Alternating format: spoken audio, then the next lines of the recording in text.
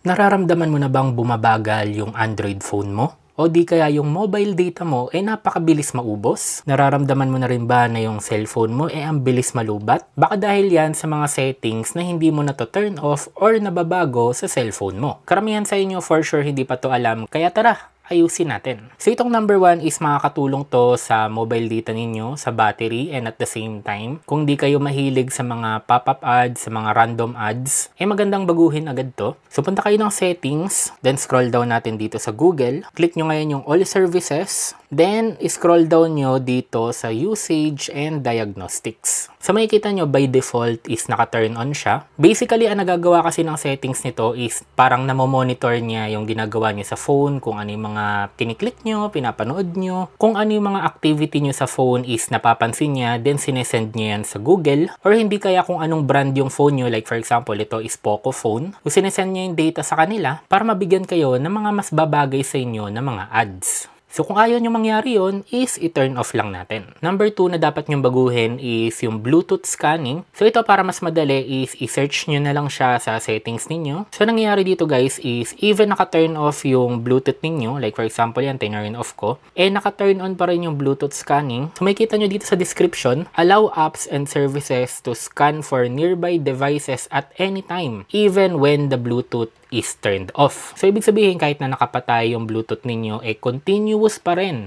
na nag-i-scan ng nearby devices, accessories, phones, itong device natin. So, ito mukhang maliit lang na bagay pero over time, eh, nakakabawas din talaga siya sa battery. So, pwede nating i-turn off. Number 3 is location tracking. So, ito turn off natin yun. So, punta lang kayo dito sa location. Click nyo ngayon tong app location permissions. Then, makikita nyo dito, ang naka-allow all the time lang sa akin is Google. Pero ito is bihira ko lang kasi gamitin yung device na to. Pero for sure, merong iba sa inyo na na-turn off to sa almost lahat ng applications like Facebook, Google Chrome, sa ibang games, katulad na lang for example yung mga Pokemon game, Shopee, yung mga other apps na parang gustong malaman yung location ninyo. So, ang mangyayari kasi dito, unti-unti niyang nababawasan yung battery ninyo. Kasi nga, 24/7 nakamonitor siya kung nasaan kayo. And at the same time, kung nasa labas kayo, eh nakakabawas din siya ng mobile data. Pero para sa akin, ang pinaka-important dito kung bakit na mahalaga na hindi nyo siya laging gamitin,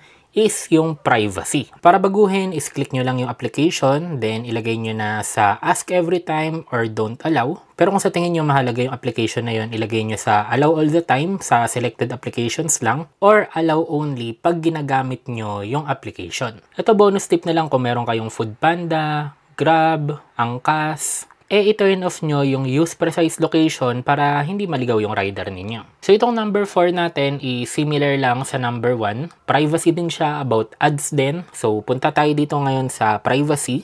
Then scroll down nyo dito sa ads. Then ang gagawin nyo lang dito is i-click nyo, itatap nyo tong delete advertising ID. So makikita nyo dyan by its description, apps can no longer use this advertising ID to show you personalized ads. So, syempre, by deleting that, guys, sa mangyayari, mababawasan yung paggamit ng mobile data kasi hindi na siya laging nagsisend, hindi na siya laging nagmo-monitor. So, pag nabawasan yung paggamit ng data, mababawasan din yung paggamit sa battery.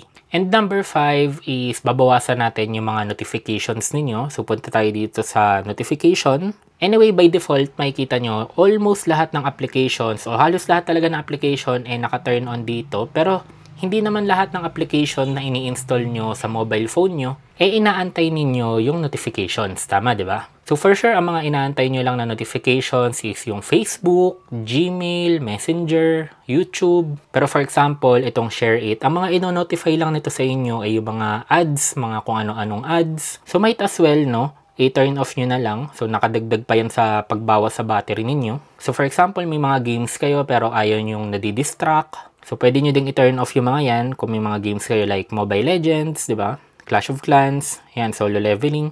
So, yun lang guys, sobrang daming settings pa actually na pwede ninyong baguhin sa device ninyo. Pero para hindi humaba, sinamarize ko na lang muna sa para sa akin 5 bagay na madali lang ayusin. Hindi kailangan ng masyadong knowledge about sa mobile phone or sa any Android phone. Madaling i-turn off, pero may magandang effect sa battery, data, and privacy ng phone ninyo. So yun lang guys, kung nakatulong sa inyo yung video na to or kung may natutunan ka, don't forget to like, comment, and subscribe. Ingat kayo palagi at maraming salamat.